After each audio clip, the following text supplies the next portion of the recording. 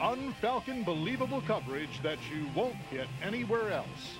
This is BG24 Sports. Hello and welcome to BG24 Sports. I'm Kelly Hart. You wouldn't know it by looking at the record, but this has been a very successful season for the Bowling Green State University gymnastics team. It could get even better before the conference championships 3 weeks from now. We'll talk with several of the gymnasts about how the Falcons are turning things around. Plus, pick a team, any team. It's time for college basketball predictions. The radio voices of the Falcons are here for a panel discussion of how BGSU fits into the March Madness. But before we get started, let's check in with Jacqueline Gideon for a news update. Jacqueline? Thanks, Kelly. Now, this is not your normal bridge club. No one is gathered around a table playing cards. Instead, the BGSU Bridge Club is gathered around the table making peanut butter and jelly sandwiches. BG24's Christina Hepner has more. The Bridge Club at BGSU was started with the help from the group Food for Thought in Toledo. This organization on campus is trying to make a difference within the homeless community of Northwest Ohio. On every other Friday, this group comes together for a cause. We make sack lunches every time that we meet. We try to get as many donations as possible to make as many sandwiches as we possibly can because that helps the church that we deliver them to so they don't have to make as many sandwiches. In order for the Bridge Club to donate these sandwiches, they need help with donations of bread, peanut butter, and jelly. The students involved are here for a reason. It's about kind of creating a community and the idea that, BG students and UT students can kind of bond over something that's really important, which is helping other people. If you are interested in helping out, you can contact Scott Brummel at brummes@falcon.bgsu.edu. Triple! Reporting for BG24 News, I'm Christina Hepner. Thanks, Christina. Now let's take a quick look at our Black Swamp weather forecast with Lacey Hagan. Lacey? Hi, Lacey Hagan here with a look at your local Black Swamp forecast. For our current conditions, we have a nasty mix of rain and snow, and we are teetering at just about 36 degrees, a couple degrees above freezing, which is keeping that rain around.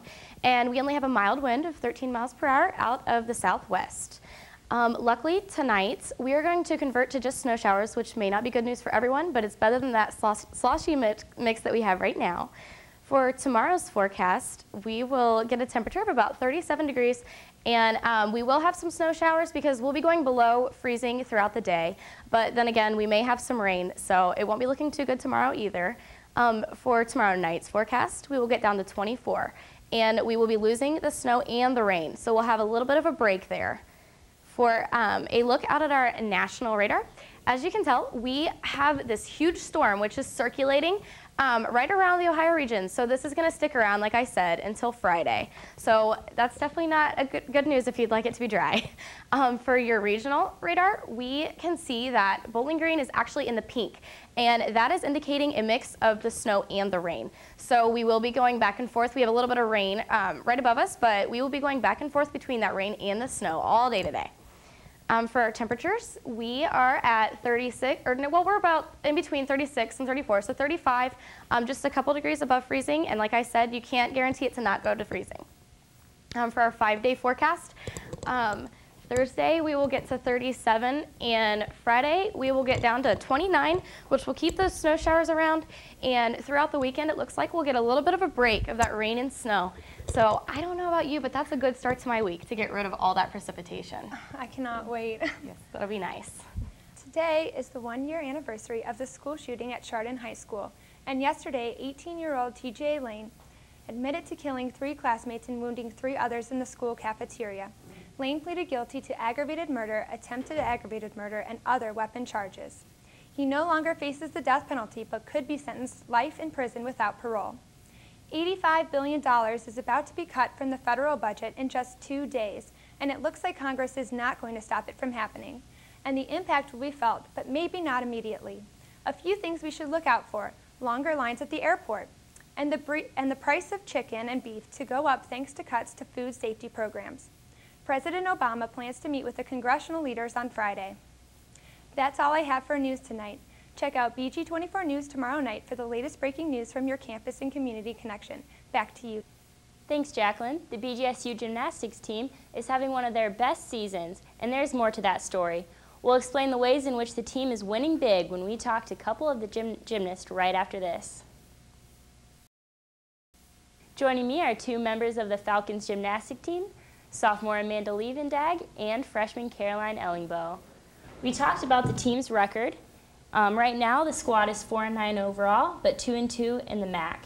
How misleading is that record based on some of the scores you guys have been having? Well, it doesn't really matter about like the win or loss. It really depends on the score of each meet because of our regional qualifying score, which is 3 meets away, 3 meets at home.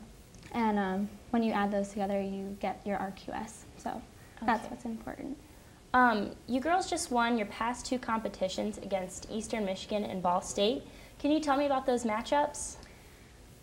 Eastern Michigan and Ball State are really close, like level-wise with us, and it's really, really cool to like beat them, at least like how we have been, because they're really good competition for our team.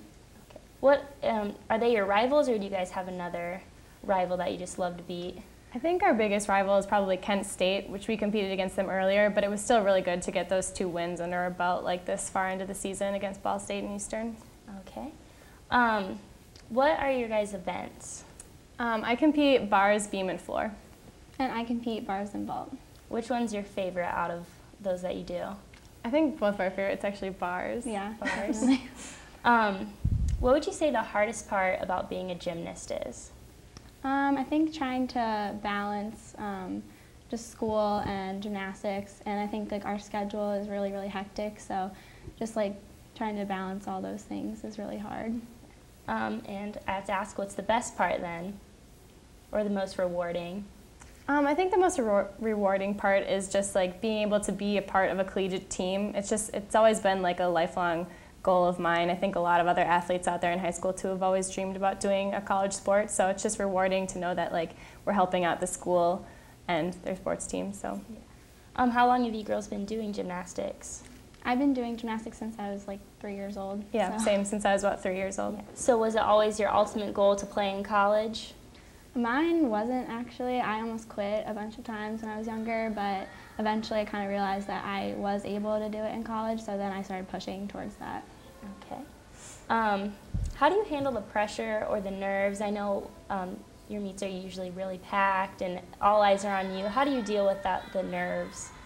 I usually just try to block everyone out. Like when I'm competing my event, I just think about like me doing my routine. It's like it's my job kind of, and I just think about me on the event doing exactly what I've been training for, so I just kind of block out everyone in the stands. And we have inner squads and stuff earlier in the year, so we kind of get used to competing when it's not like the actual pressure of the meet, so that helps a lot in our competition. I'm sure you guys have really strict training, and what would you say a typical practice is like? I think a typical practice is getting to the gym around like 12:30. We usually get like treatment done if we need like our ankles taped or heat on any part of our body that's hurting, and then we just do like a typical warm-up and stretch, and then we get going on our events. What's your ultimate goal here at BGSU? Our ultimate goal is to definitely get to regionals as a team this year. And what would you have to do to get to regionals? We have to make the top 36 teams in the country to make it to the regionals. So. Do you know where you're sitting at now? I think we're 48th right now. Okay. So with like winning, how many competitions do you have left, and what would you have to do to get into that top number that you said? I think we have 5 left or so, and we would have to get probably 194, 195 like consistently to get the RQS. That would make us top 36. Okay. How did you end up at BG? I came here because of the arts program. I'm a graphic design major, so it was just really fitting for me, and also just because when I came here to look at the gymnastics team, it just felt really like comfortable. I feel like I felt like I would fit in here really well, and it's been great. Like the team has been really welcoming.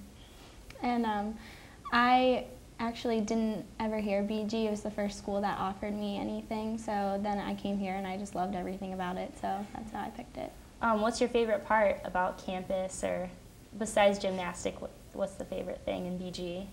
I really like the campus. I just thought it was a beautiful campus, like all the cool buildings, and like the library has a really cool design on it. I just really liked the structure of the campus, I guess. And you said that your team was really close. Do you guys do any team bonding or anything outside of gymnastics? I think we do what like any typical friend group would do. We go to like movies together. We just hang out and watch movies. Yeah, that's pretty much it. What would you say to people who don't consider gymnastics a sport? I would think that they're out of their minds. I think gymnastics is just such a strong combination of power and grace. I don't understand how flipping off of a bar on a beam that's 4 inches wide wouldn't be considered a sport, because not many people can do it. So, definitely. When we come back, we'll talk to Megan Harrington of the gymnastics team. Stay with us. Now joining us on BG24 Sports is junior Megan Harrington of the Falcons gymnastics team. First off, Megan, you were a Pizza Hut Player of the Week for this week. Congratulations. Thank you. What did you do to accomplish that? Like, what were the things leading up to that? I scored a career best, a couple of career bests actually, my highest scores that I've had since I've been at Bowling Green, and actually in my entire gymnastics career, so they definitely rewarded me for that. I won the all-around in the last competition against Eastern Michigan and Ball State, so I think that also had something to do with it. Wow, that's great. We'll get into the team behind-the-scenes stuff. And do you girls have any superstitions or rituals? We are probably the most superstitious team that there is.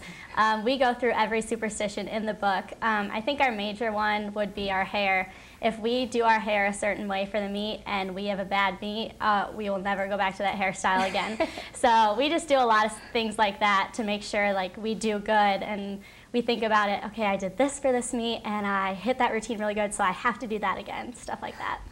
That's great. How would you describe your coach, Carrie Beach? Carrie is so nice. She's definitely very understanding with all of us, and she is a fantastic coach. She's been here for quite a few years now, and I think she's definitely taken the program in the right direction, because we've taken leaps and bounds, at least since I've been here, and I think since she's been here as a coach as well. Great. You said the two other girls said nationals were coming up. What are your thoughts or predictions on that? Do you mean regionals? Regionals. Regionals, yeah, we definitely, that's our major goal. We've been talking about that actually since last year, and we've said that that's just our major goal. So we keep pushing towards that, and at the beginning of every practice, our coach, Carrie, she reminds us, regionals, that's what you need to work for, so we know that that's in the back of our minds with everything that we do. Okay. USA Gymnastics was huge this past summer. Did you keep tabs on that? I think every gymnast, no matter what age she is, will always keep tabs on USA Gymnastics, because it's not very big and not a lot of people follow it. So if you're a gymnast, you're following USA Gymnastics no matter what. So we definitely all watch the Olympics and everything like that. Did that impact you guys as a team at all? It's kind of different, collegiate gymnastics and the USA Gymnastics. It's different the way that it's run, so what happens in USA Gymnastics won't really affect us. It definitely motivates us, seeing those gymnasts do their best. We want to do our best as well, but what they do really doesn't have an effect on what we do. Okay. How long have you been doing gymnastics? I've been doing gymnastics since I was 2 years old. Oh, wow. Since before I can remember, it's been my life. How did you get involved in gymnastics? Both my parents were gymnasts, and so they put me in the sport when I was really young, because I think they saw how much fun it was for them and how much they enjoyed doing it. So they put me in it when I was really young, and I just fell in love ever since. If you could play any other sport, what would it be? I don't think I would ever do another sport, just because I love gymnastics so much. My parents put me in soccer when I was little, and I would just stand in the corner of the field and do cartwheels the whole time. And so they knew gymnastics was the sport for me. Yeah. What's your major here at BGSU? I'm actually double majoring in communication and event planning, so definitely a workload. Yeah, is it hard to balance being a full-time student, full-time athlete?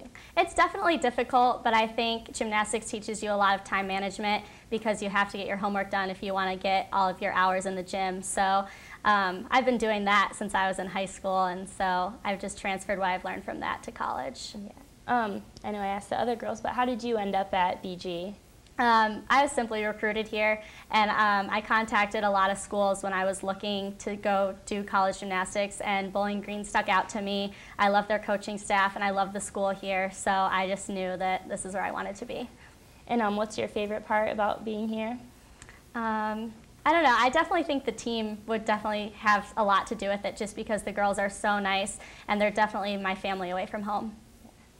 All right, coming up next, we'll do a panel discussion about what's coming up with different tournaments in basketball. Thank you to the gymnastics team for coming. Stay with us. Everyone is talking college basketball, and we are no exception here at BG24 Sports. The tournaments are about to begin, and joining us are the faces of the Falcon Radio.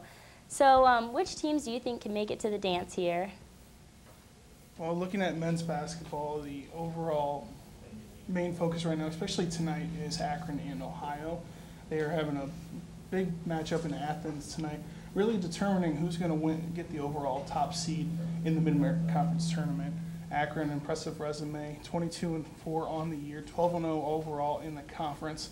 Tonight they can lock up the #1 seed overall in the MAC tournament, possibly even solidify themselves as an at-large if they happen not to win the Mid-American Conference Tournament.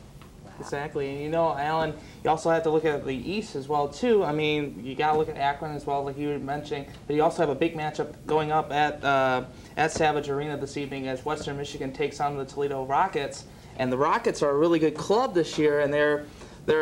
I mean, this is a big game, folks. I mean, if you don't have your tickets, you got to get the tickets for this one.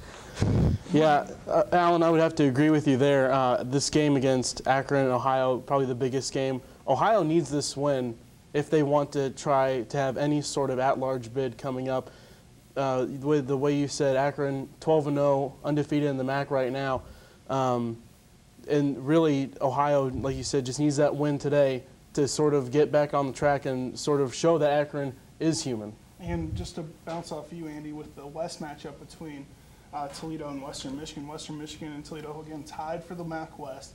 And Toledo, they are not eligible for postseason play. So right now, this is really their conference tournament game. They win it, they are more likely going to win the West, and at least that's some bragging rights for the next season, seeing that they won't be involved in the conference tournament. Still get that banner up there. Yeah, exactly. All right, over to women's hoops. What are they looking at? Well, women, at least for Bowling Green, they unfortunately lost on Saturday, actually by 15 points, 76-61 against Miami. Courtney Osborne just put on a clinic, shooting 12 for 17 from the field. So that was really their chance to solidify their chance at getting a top 4 seed and get a bye in the conference tournament. Right now, Bowling Green falls to 6 due to tiebreakers with Miami. So they have a really difficult chance. They probably realistically will not win the East, but they still have an outside shot at getting a top 4 seed and a bye to Cleveland. Well, you got to look at also the West as well too. Not much to fear in the Toledo Rockets, just totally lighting up basically the Western Conference for the Mid-American Conference. And you know, you got to look at it this way too. They're going to be a really big contender come towards tournament time because they will get that first round automatic bye. So watch out for the Rockets. Yeah, you guys hit the 2 biggest challenges for Bowling Green to try and go ahead and win that MAC tournament, Toledo and Miami. Courtney Osborne with Miami and Nama Shafir with Toledo have been a thorn in the side for this Falcons team ever since we've been here. Have trouble in the regular season all the time against Toledo. Come tournament time, Bowling Green's always been able to turn it up, but those were back in the days of Coach Kurt Miller. Now we're going to see what Jennifer Roos can go ahead. That loss at Miami, 33 points by Courtney Osborne, was just devastating for the Falcons. So we'll see what they can do coming up here in tournament time. All right, and also on the agenda we have hockey. Now it's a little different than basketball, but do you guys have any predictions on that? Well, it's going to be very interesting. I mean, we've had sellout crowds the last 2 weeks, and this week is no exception as the Falcons now travel on the road to South Bend to take on the Notre Dame Fighting Irish, which, by the way, if you remember, Notre Dame was the #5 team in the country, and we spoiled their #5 ranking in the country. So they're going to look out for retribution. But if you look at the standings right now, Bowling Green is 7th overall in the CCHA. Alaska is in 6th, and Lake Superior is in 8th place. Alaska has 40 points. BG has 34. The top 2 teams in the CCHA make it to the top 5 teams in the CCHA make it to the first round no matter what. 6 through 11 have to play playoff games. And the 6th and 7th teams in the standings will get home ice advantage. So if the playoffs started today, BG would be playing 2 home games at the ice arena against Northern Michigan, who they just played this past weekend. And honestly got an impressive win on Saturday and had a little bit of a setback on Friday evening. Well, looking at Bowling Green in the lowest seed in the CCHA tournament last year, went all the way to the semifinals, finally losing in Detroit to Michigan in double overtime. But they beat Northern Michigan at the sixth seed in the tournament in the first round, and they beat the #1 overall team in the tournament and actually #1 team in the nation at the time in Ferris State in a 3-game series out at Ferris State. I think the thing that look at for Bowling Green, Andrew Hammond still day to day, he was really the linchpin for this Bowling Green team, the senior goalie, you know, the rock, if you will, for that team. And you know, the thing with Bowling Green is that they play a lot of these up and down series where you can play really well against the same team one day, and then you go the next day play the same exact team and have a terrible outing. So it's really going to be kind of a toss-up with Bowling Green. You know, they do get the benefit of hosting their first playoff game if the season ended today against a Northern Michigan team that they split a series with. So really, for Bowling Green, it's all about, can you be more consistent when it gets to playoff time? You're exactly right, Dan. Yeah, well, it sounds like these next couple matchups we have with all our sports are going to be interesting and pretty fate-determining in our tournament. When we return, we'll talk about what you can see next on tomorrow night on BG24 News. Stay with us. Joining us tomorrow at 5:30 for BG24 News, we'll tell you the best secret locations for spring break destinations. Thanks for joining us on BG24 Sports. Good night.